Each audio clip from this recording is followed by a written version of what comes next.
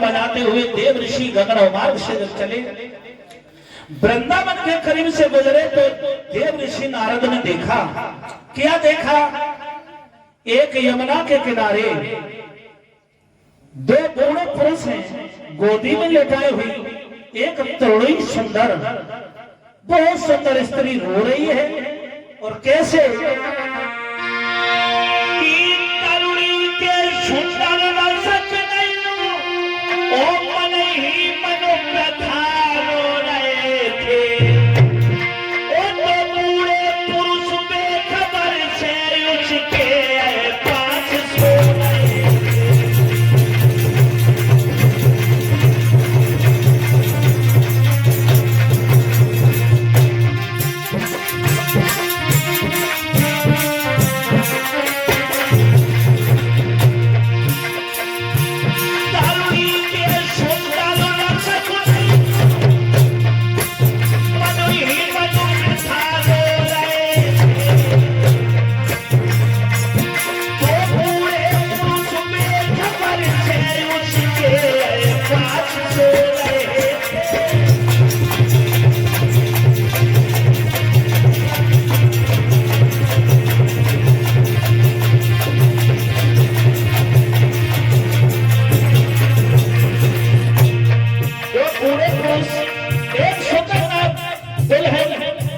सुंदर स्त्री जवान रो रही है उसकी गोदी में, तो बूढ़े पुरुष हो रहे।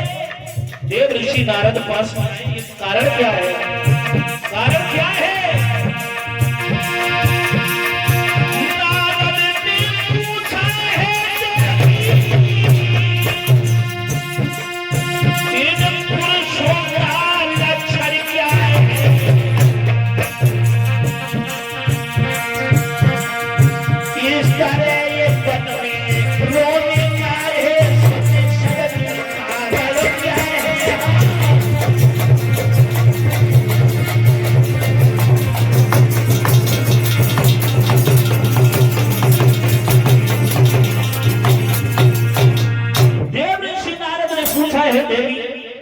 इस तरह तुम क्यों रो रही हो? ये जंगल में अकेली और दो बूढ़े पुरुष तुम्हारी गोदी में, ये कौन है? तुम इस तरह रो रही हो? देवी भक्ति ने प्रणाम किया देव ऋषि नारद को और कहा है, प्रभु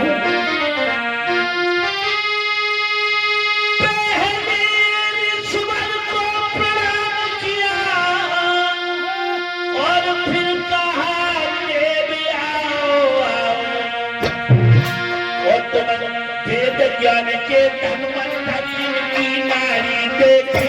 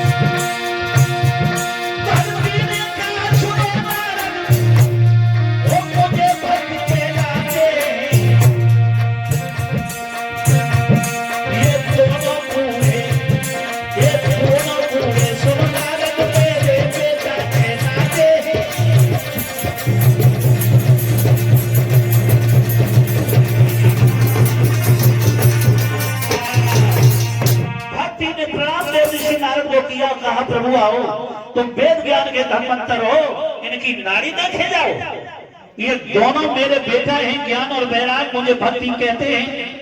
देव ऋषि नारद बोले झूठ, तुम इतनी जवान हो और इतने बूढ़े बूढ़े पुरुष तुम्हारे बेटा हैं, ये संभव कैसे है? और अगर तुम्हारे बेटा हैं तो ये बूढ़े कैसे हो गए, इन्हें बुढ़ापा कैसे आ गया? तो भक्ति कहने लगी नारद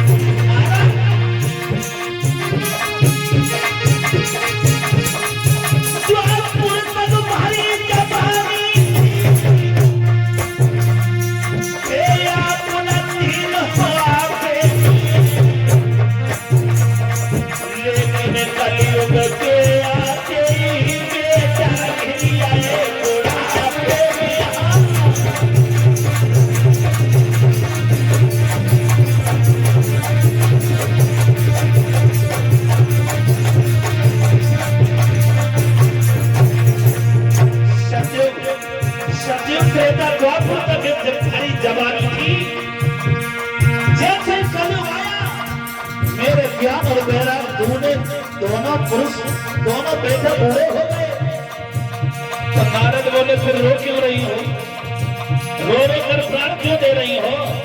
तो भक्ति बोली प्रभु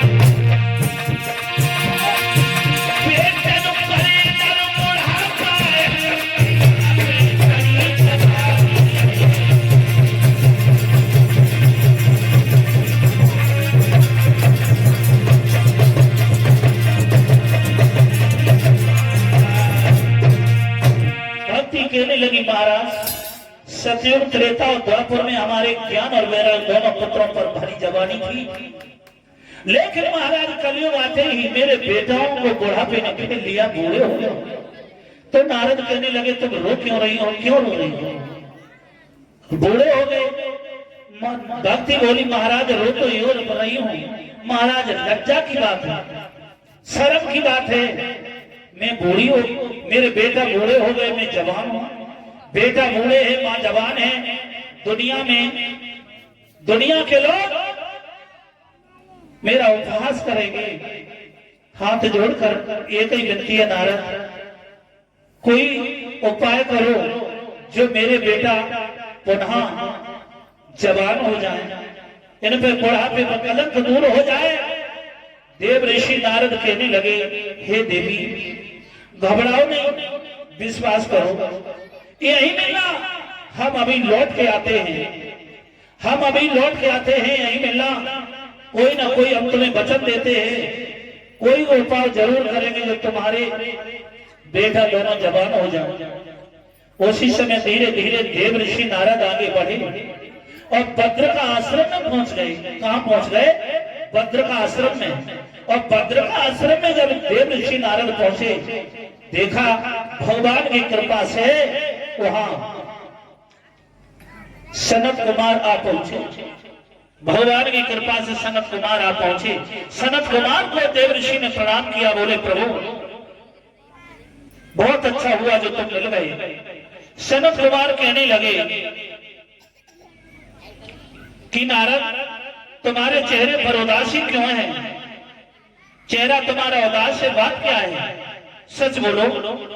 देव ऋषि नारद बोले, यह प्रभु वृंदावन के करीब भक्ति रो रही है, उनके दोनों पुत्र ज्ञान और बैराग बूढ़े हो गए, ज्ञान और बैराग। मैं वचन देकर आया हूं कि दोनों पुत्रों को मैं तरुण बनाऊंगा, कोई उपाय करो प्रभु, मेरे वचन की लाज रख दीजिए। बूढ़े हुए तो हुए क्यों? तो सनत कुमार ने अपनी योग शक्ति चंद देखा, बोले कलयुग आ गया है, यह कलयुग के प्रभाव से दोनों बूढ़े हो गए। क्यों? एक काम करो। बोले क्या?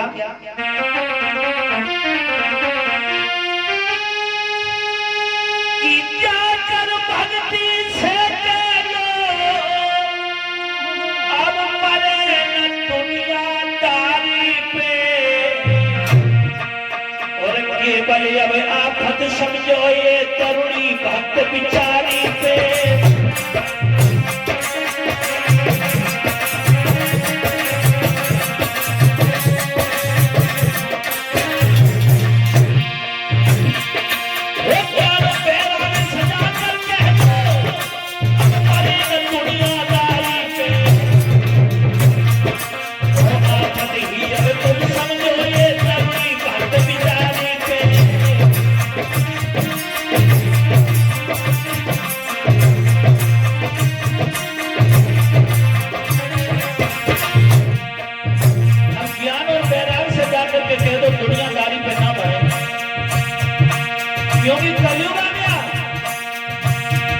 से कह दो अब पर आफत है तो है। क्यों? कलयुग में कोई ज्ञान बैराग को नहीं पूछेगा, लेकिन तुम्ही छुपी भक्ति रह जाएगी, इसलिए भक्ति तरुण है। कलयुग में को क्या होगा? हर पेट जब भोजन मिलता है,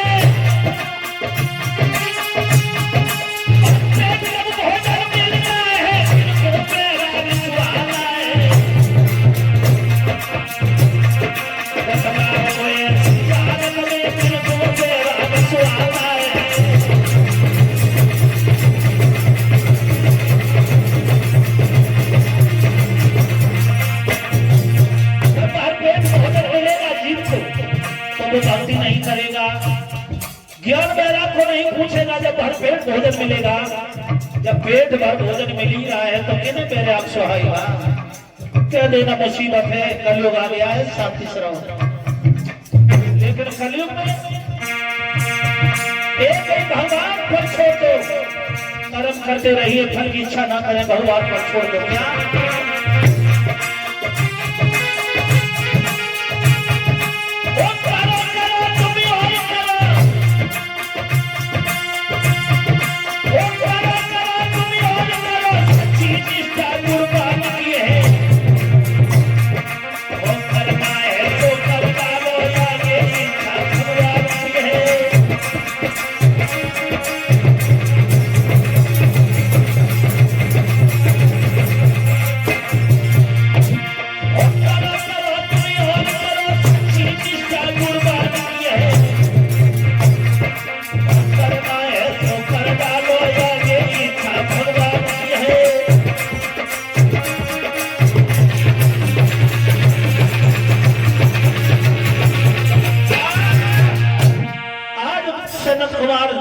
समझाने लगे, घबराओ नहीं नारद, कलयुग में कर्म करते रहिए, फल की इच्छा ना करें, फल तो भगवान के हाथ में है, करना है सो कर डालो, करो करो तुम और करो, सच्ची निष्ठा गुणवान की है, और करना है सो कर डालो, आगे इच्छा भगवान की है।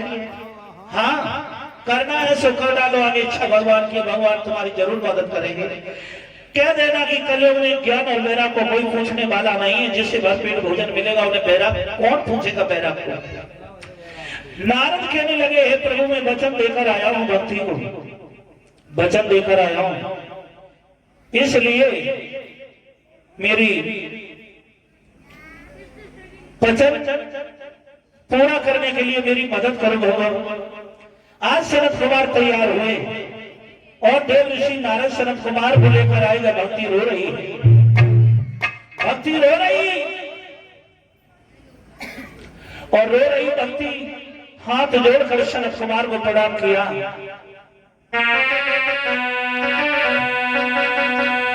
और रो करके बोली भक्ति, प्रभु की प्रभु विनती सुन लीजिए, प्रभु विनती सुन लीजिए, काली गई बिने में बारंबार प्रभु विनती।